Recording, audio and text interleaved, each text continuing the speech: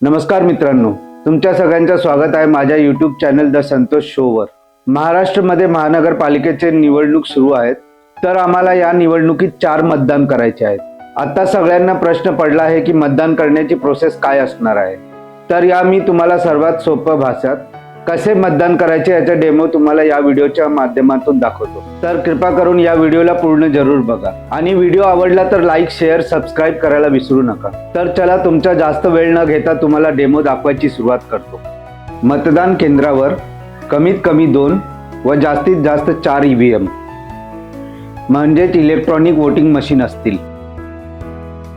तुम्हाला मतदान एकूण 4 म्हणजेच अ जागा, ब जागा, क जागा व ड जागेसाठी करणे आवश्यक आहे। उमेदवारांच्या संख्येनुसार या 4ही जागांची आखणी ईव्हीएम मशीनवर होईल। कदाचित या 4ही जागा 2 ईव्हीएम मशीनवर आखल्या जाऊ शकतात। 4ही जागेसाठी मतपत्रिकांचे रंग वेगवेगळे दिलेले असतील। अ जागेसाठी पांढरा, ब जागेसाठी फिकट गुलाबी, क जागेसाठी पिवळा, ड जागेसाठी निळा।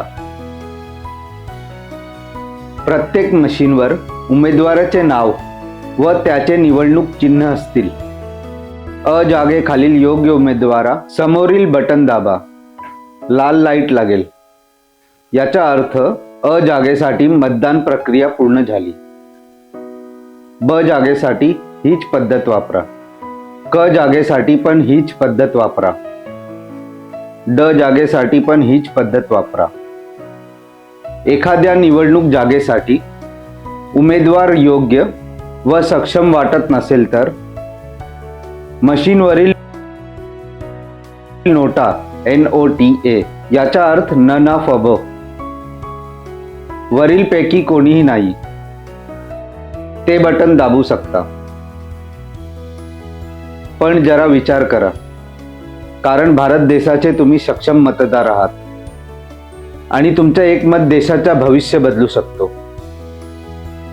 तेव्हा योग्य उमेदवार निवडायचा प्रयत्न करा। ड जागेसाठी मतदान केल्यावर बजर वाजेल याचा अर्थ तुमची 4ही जागांसाठीची मतदान प्रक्रिया पूर्ण झाली। धन्यवाद। तुमचं मत हीच तुमची ताकद।